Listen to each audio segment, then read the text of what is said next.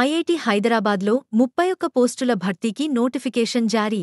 Staff nurse, superintending engineer, public relations అధికారి, executive assistant, junior engineer, electrical, accountant మరియు ఇతర technical పోస్టులకు భర్తీలు జరగనున్నాయి. దరఖాస్తు చేసుకోవడానికి చివరి తేదీ డిసెంబర్ 10, 2024.